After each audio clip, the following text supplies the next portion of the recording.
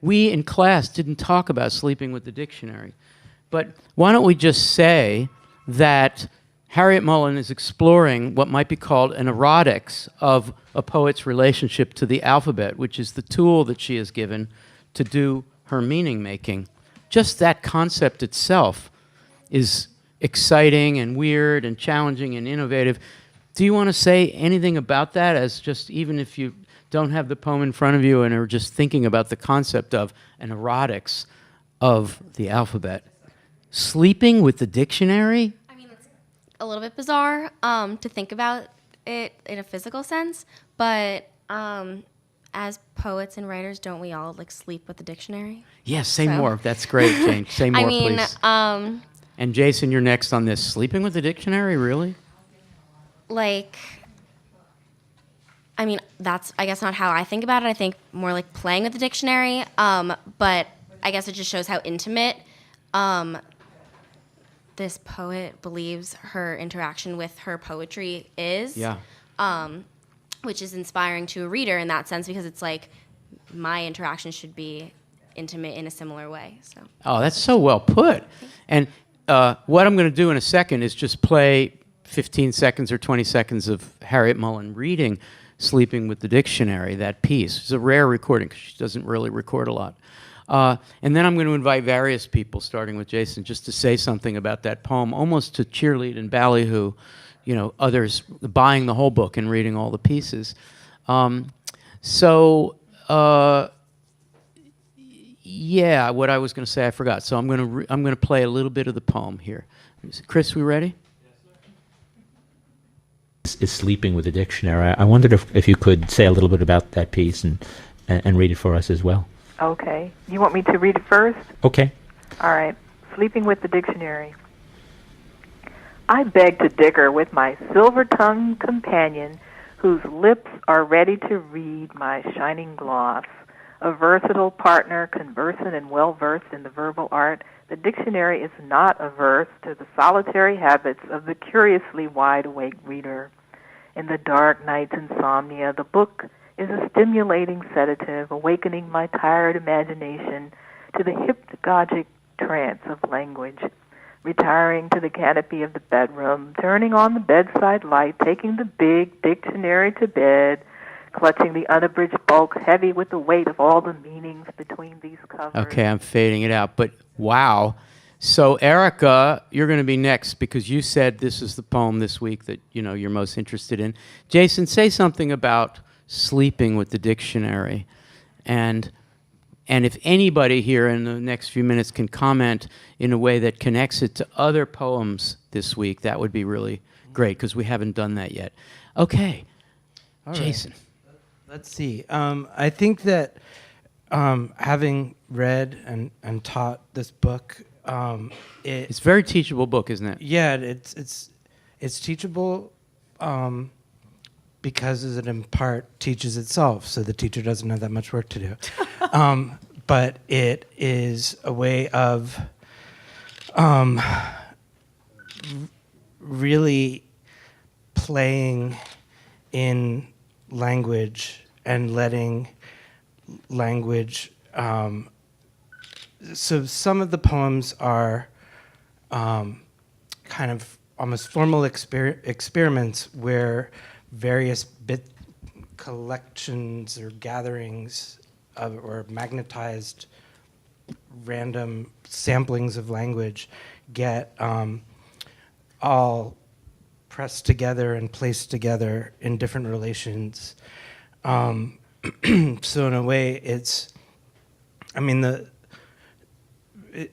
kind of like some of the poems are like the dictionary's own dreamings of its own kind of subconscious possibilities of what's below.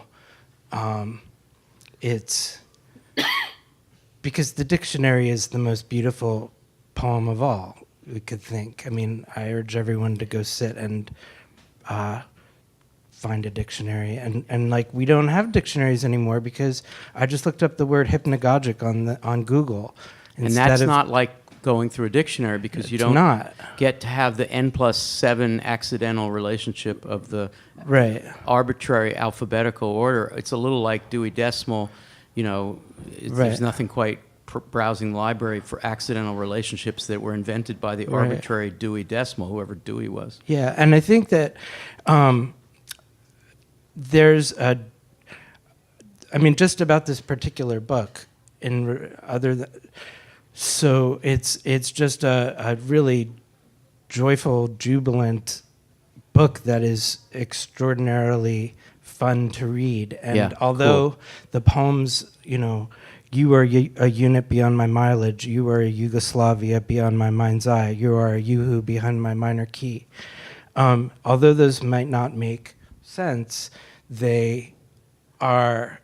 Harryette Mullen manages to create these arrangements that are like listening to Rice Krispies or something. Like it's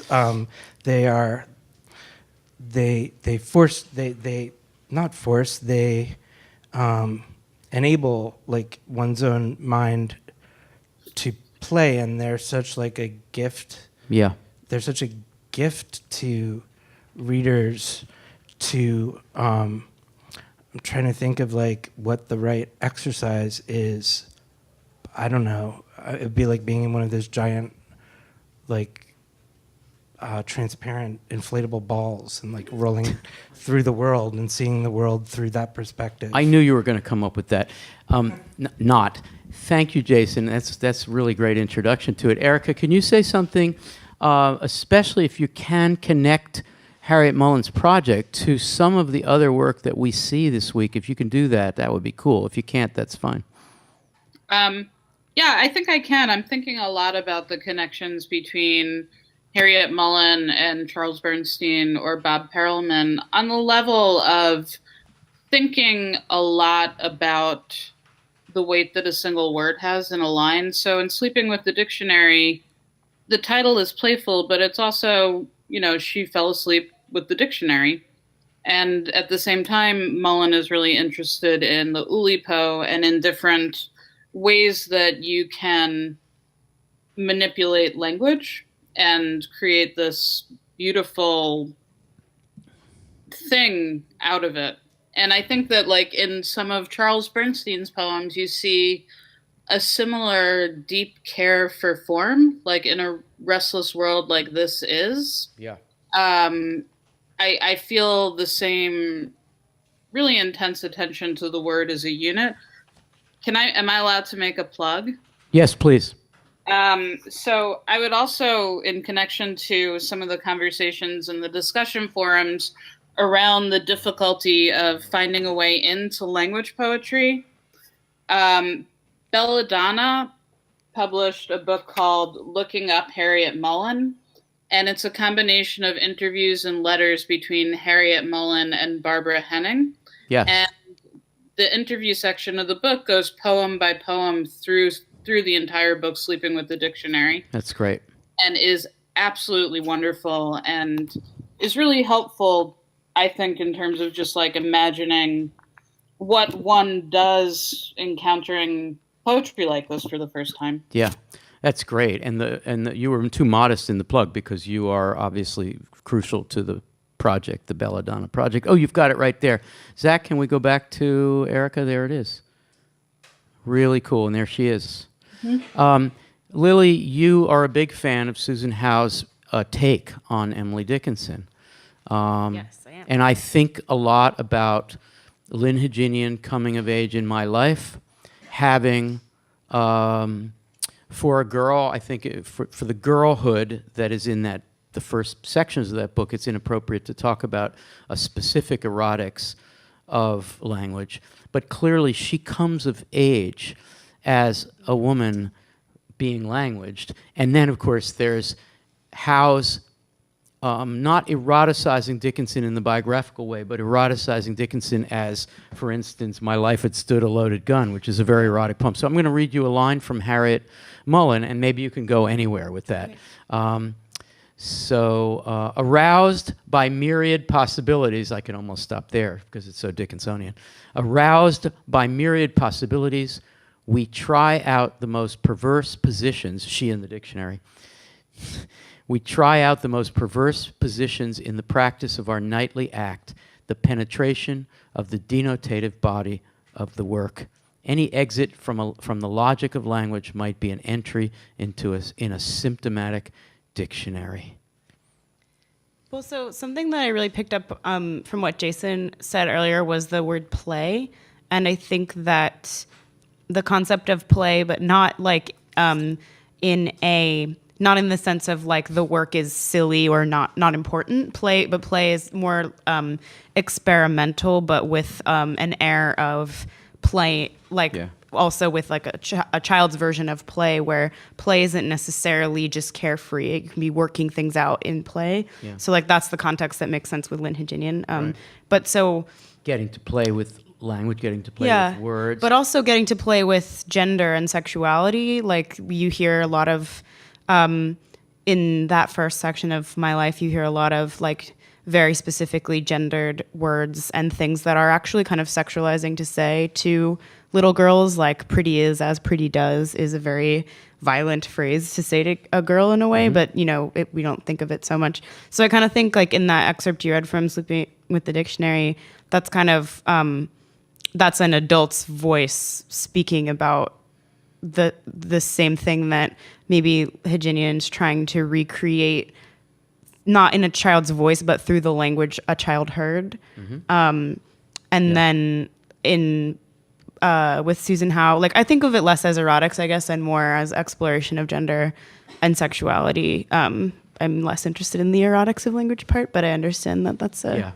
Yeah, I meant to use it in a broader sense. Her reading of My Life It Stood a Loaded Gun, which is about the power dynamic of a relationship. If the power dynamic is open, it's going to advantage the unspecified I, the speaker, in that marvelous poem. And also that if you're writing from a less specified position, you're not limited by the gender expression that you're like assigned by your body. You're like able to explore other ideas and that's right. And not just explore in a just try it on for fun kind of way, like inhabit like with strength is kind of the argument that Susan Howe brings to a reading of Emily Dickinson. It's like it's not just healing a wound of exclusion or something. It's like very strongly inhabiting an identity. That's really good. And and the students in the room will particularly appreciate maybe appreciate my framing of it this way. But Susan Howe, Lynn Heginian, Harryette Mullen, those three in particular, but Ray Armantrout, we haven't been looking at those poems this week. They're all going to say, in effect, and Howe's reading of Dickinson's life is particularly strong in this point, that these people do not want what might be called a pre-professional relationship with language, right? Language is not simply going to serve to get you to some place of acquisitiveness and status. That language has to be used in a resistant way, and the resistant way is, as you described it, play, it's out of order, it's Oulipian, it's, sleeping with the dictionary, like taking it all and perverse positions with language. But there's also that we try perverse positions. It's like, this not a prescriptive, I forget what word you just said, not prescriptive, like more experiment and play. Yeah.